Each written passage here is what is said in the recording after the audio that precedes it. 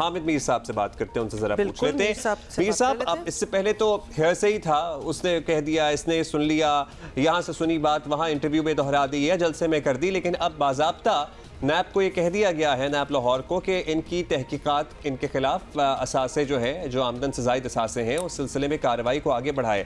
जितने भी स्कैंडल आ रहे हैं, चाहे वो ये यूनिवर्सिटी वाला मामला हो जिसकी ज़मीन भी डोनेशन में मिली थी और उसके ट्रस्टीज़ में इनको शामिल कर दिया गया, या रिंग रोड वाला मुबैना स्कैंडल हो, आपको लगता है कि is this a tip of the iceberg? इसमें अभी बहुत कुछ है जो छुपा हुआ है?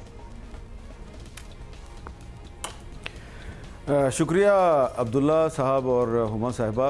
देखें, ये जो कहानियाँ अभी आपके सामने आ रही हैं ना, और नैब को कहा गया कि आप इंक्वायरी शुरू कर दें, ये एक नई हुकूमत जो है ये उसको बहुत से मामलात में उलझाने की कोशिश है। जिन्होंने इंक्वायरी करनी थी वो बहुत पहले से इंक्वायरियाँ कर चुके हैं और उनके पास काफ़ी कुछ है। अब हुकूमत जो है ये उसको चाहिए कि जिनके पास सबूत हैं, मुख्तलिफ़ इदारे हैं, उन्होंने इंक्वायरियाँ की हुई हैं, उनके पास उनसे लें वो चीज़ें। तो अब अगर अभी ये कहा जा रहा है नैब को कि आप इंक्वायरी करें फ़राह खान के ख़िलाफ़, तो ये तो सिर्फ जो है ना वो गोंगलुओं से मिट्टी झाड़ने वाली बात है या शलजमों से मिट्टी झाड़ने वाली बात है।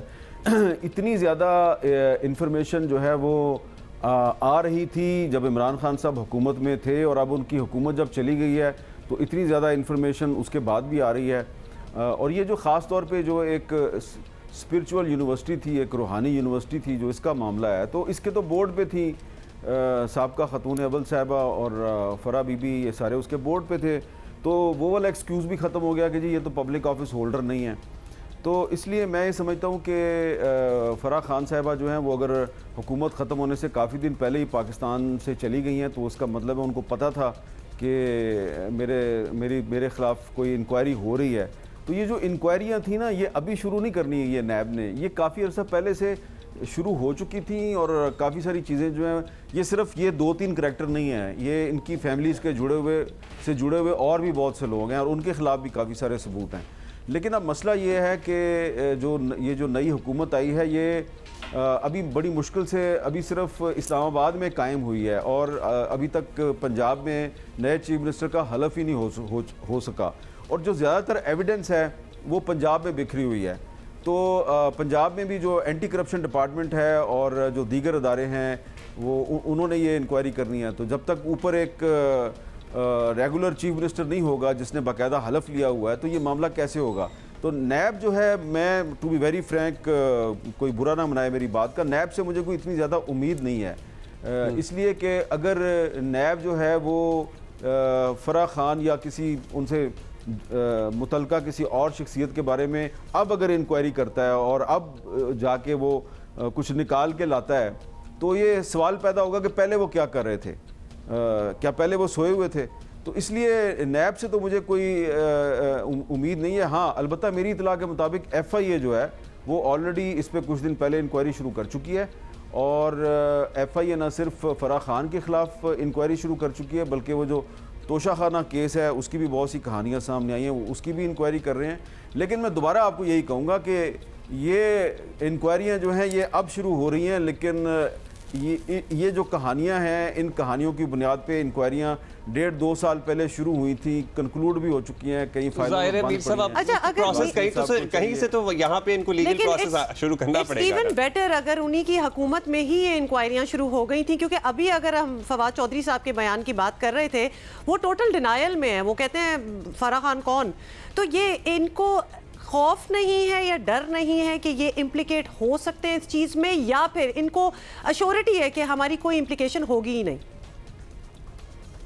देखिए, मैं फवाद चौधरी साहब के बयान से मैं इसलिए इत्तेफाक करता हूँ कि उन्होंने बयान जो है वो एक वकील के तौर पे दिया है, एक सियासतदान के तौर पे नहीं दिया।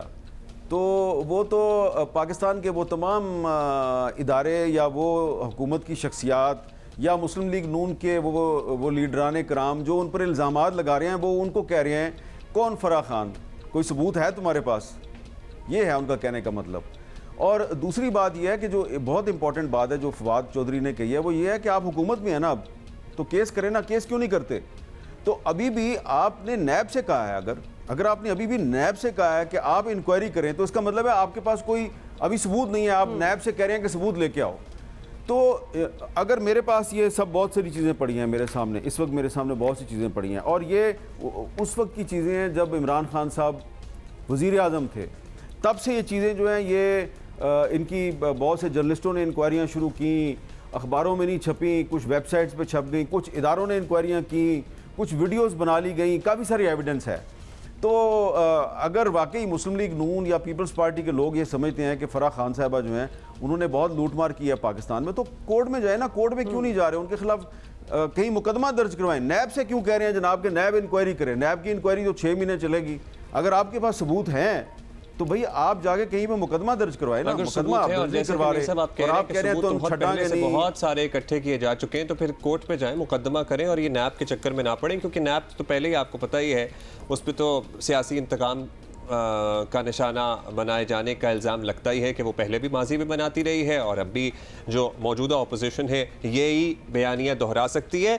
सीएम पंजाब वाला मामला मीर साहब अदालत ने भी कह दिया आज रात 12 बजे तक की डेडलाइन है, लेकिन इट डजंट सीम लाइक कि कोई फ़र्क पड़ रहा है पाकिस्तान तहरीक इंसाफ या गवर्नर सदर मुमलिकत या काफ लीग को। वो मेरा ख्याल है कि वो अब एक महाजराई तय कर चुके हैं कि चाहे अदालत से महाजराई हो, कुछ भी हो, ये नहीं होने देंगे अभी इतनी आसानी से।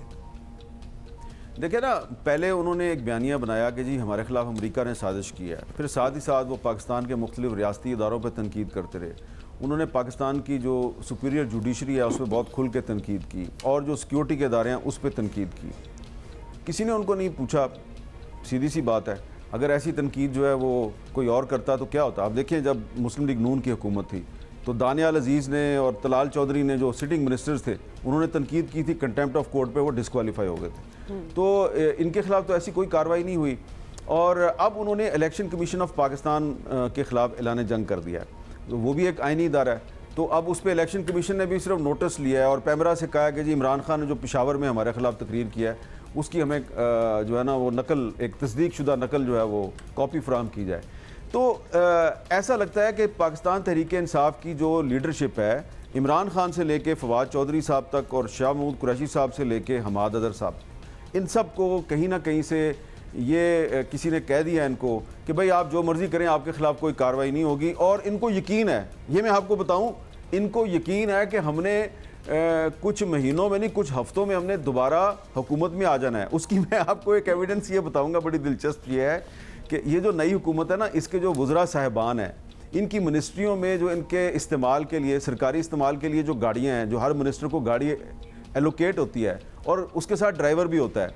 बहुत से मिनिस्टर्स जो हैं वो अपनी गाड़ियाँ और अपने ड्राइवरों को ढूंढते फिर रहे हैं कि भाई हमारा ड्राइवर और हमारी गाड़ी किधर है। वो जब कांटेक्ट करते हैं स्टाफ के ज़रिए, भाई वो ड्राइवर साहब आप कहाँ, वो कहते हैं जी हम तो पुराने मिनिस्टर साहब के साथ अभी तक ड्यूटी कर रहे हैं, गाड़ी भी वो इस्तेमाल करते हैं और हम भी उनकी ड्यूटी कर रहे हैं। तो वो कहते हैं भाई वापस आए, हुकूमत बदल गई है, अब तो वो वाले साहब जो हैं जिनके साथ आप ड्यूटी कर रहे हैं वो तो अब हुकूमत में नहीं है।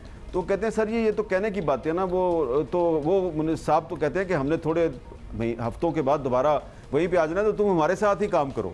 ये सूरत हाल है। और तकरीबन 50% जो साबका मिनिस्टर्स हैं, गाड़ियां उन्होंने अभी तक वापस नहीं। तो मीर साहब ये कॉन्फिडेंस जो है, ये तो पहले तहरीक अदम एतमाद से पहले का कॉन्फिडेंस भी था, जिसपे शेख रशीद मेज पर हाथ मार मार के कहते थे नहीं होगी, कामयाब नहीं होगी, नाकाम है, नाकाम है, नाकाम है। तो अभी ये जो कॉन्फिडेंस है, इसके पीछे क्या है, ये एतमाद कहाँ से मिल रहा है?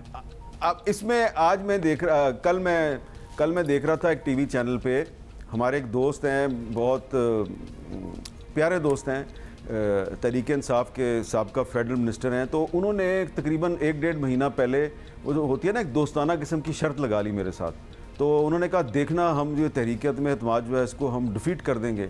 मैंने कहा नंबर्स गेम जो है उसमें तो आप डिफीट नहीं कर सकते। तो उन्होंने कहा शर्त लगा लो, शर्त लग गई।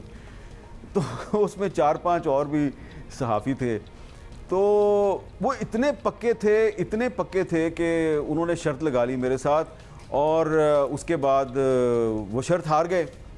तो अब वो शर्त हार गए तो उसके बाद अभी भी वो, मैं कल देख रहा था, वो एक टीवी चैनल पे कह रहे थे कि आप देखेंगे हम थोड़े दिन बाद फिर हुकूमत में आ जाएंगे। तो फिर मैंने उससे अंदाज़ा लगाया कि ये जो है ये बड़ा फ़ॉरेन क्वालिफाइड, बाहर से पढ़ा हुआ नौजवान सियासतदान है, इसको कहीं ना कहीं से किसी ने या तो आंख मारी हुई है या इसको किसी ने यकीन दिलाया हुआ है कि यार ये जो भी हो गया ना, ये किसी से गलती हो गई है, तो अब गलती जो है वो सुधार दी जाएगी और आप वापस आ जाएंगे। अब कैसे वापस आएंगे ये उनको नहीं पता। वो समझते हैं कि ये दोबारा 30 मई से पहले इलेक्शन हो जाएगा।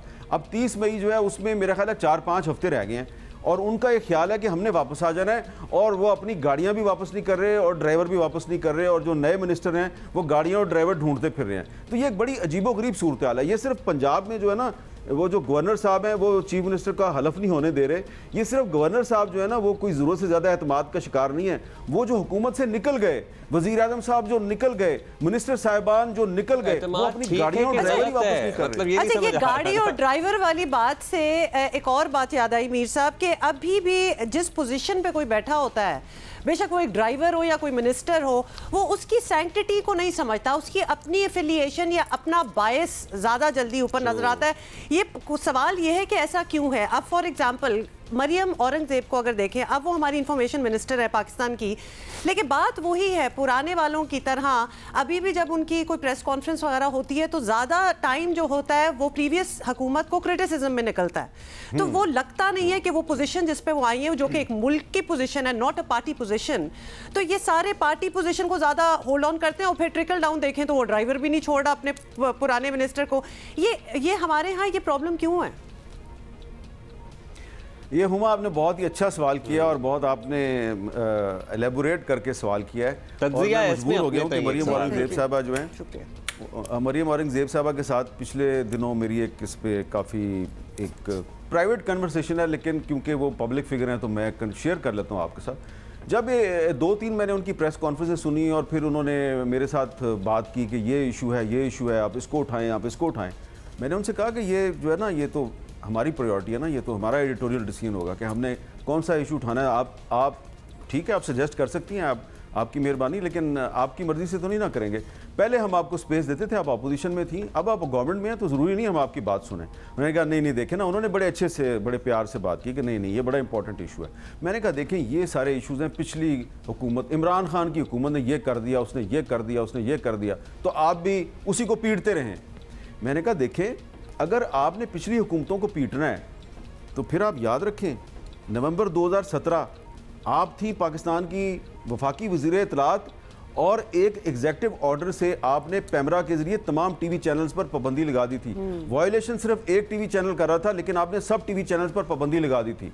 तो अब अगर आप आज़ादी सहाफ़त की बहुत बड़ी नंबरदार बन गई, आपकी बड़ी मेहरबानी, आप रोज़ाना कहती हैं कि आप किसी सहाफ़ी पर पाबंदी नहीं लगेगी, किसी को अगवा नहीं किया जाएगा, किसी को गोली नहीं मारी जाएगी, तो अभी हम थोड़ा इंतज़ार कर लेते हैं, आपको स्पेस देते हैं, लेकिन कुछ अरसे के बाद आपको याद दिलाना शुरू कर देंगे कि आप वही हैं ना जिन्होंने नवंबर 2017 में एक एग्जेक्टिव ऑर्डर से तमाम मीडिया पर पाबंदी लगा दी थी। और फिर इन्होंने बड़े फ़ख्र से उसको ओन किया, उस डिसीजन को। इन्होंने कहा ये काम हमसे किसी और ने नहीं करवाया, ये मत समझे किसी और ने करवा दिया, ये हमने खुद किया है, ये हमारा डिसीजन है। तो ये वो गवर्नमेंट है। तो ये लोग जब खुद हुकूमत में होते हैं तो ये फिर भूल जाते हैं। थोड़े दिन होते हैं अच्छे रहते हैं, ये थोड़े दिन हुकूमत के पहले जो 2-3 महीने होते हैं अच्छे रहते हैं। इमरान खान साहब भी पहले 2-3 महीने बड़े अच्छे थे, बार बार मीडिया को बुलाते थे, इस्लाह मशवरा करते थे, कहते थे 100 दिन दे दें, फिर कहा नहीं 6 महीने दे दें, फिर कहा नहीं 1 साल दे दें, और उसके बाद कुछ भी नहीं किया। तो इनका भी यही हाल है। ये भी अभी कह रहे हैं हमें कि भाई 6 महीने दे दें। इसका मतलब है 6 महीने तो ये कहीं नहीं जा रहे और 6 महीने के बाद कहेंगे 1 साल इंतजार कर लें। तो ये आपने बिल्कुल सही कहा। इसलिए मैंने तो अभी से इनको कहना शुरू कर दिया कि जो लोड शेडिंग है, ये लोड शेडिंग का आप फौरी तौर पे कोई इलाज ढूंढें। क्योंकि मैं आपके साथ ये भी शेयर कर लूँ, ये जब अक्टूबर-नवंबर 2021 में जब इन्होंने नो कॉन्फिडेंस के लिए जोड़ तोड़ शुरू किया, तो उस वक्त हमने इनको 2-3 बातें कही थी कि भाई आप नो कॉन्फिडेंस करें, फ़र्ज़ करें आप इमरान खान को हटा देंगे तो ये महंगाई और लोड शेडिंग का मसला आप कैसे हल करेंगे। इन्होंने कहा एक दफ़ा इमरान खान को हटाने दो, बस फिर हम सब कुछ कर देंगे। तो अब ये हमसे 6 महीने मांग रहे हैं, लेकिन पाकिस्तान के अवाम जो हैं वो बहुत मसाइल का शिकार हैं, 6 महीने देने के लिए तैयार नहीं है। वो उनको एक लफ्ज़ आपने मरियम औरंगजेब साहबा ने, मेरी बहन ने समझाया है, शहबाज स्पीड। तो वो शहबाज स्पीड जो है वो लोड शेडिंग के खात्मे के लिए नजर आनी चाहिए। बिल्कुल आनी चाहिए। नजर नहीं आएगी तो मैं तो बार बार सवाल करूंगा कि भाई लोड शेडिंग खत्म नहीं हो रही, महंगाई खत्म नहीं हो रही, where is Shahbaz speed. Diesel का बहरान नहीं अब तक संभल पा रहा सर, वहाँ किसान रुल रहे हैं साउथ पंजाब में। सो अभी तक बहुत अच्छी कोई बहुत खातिर खा और बहुत फ्लाइंग कलर्स वाली कारकर्दगी नहीं है हुकूमत की। बहुत शुक्रिया आपका मीर साहब।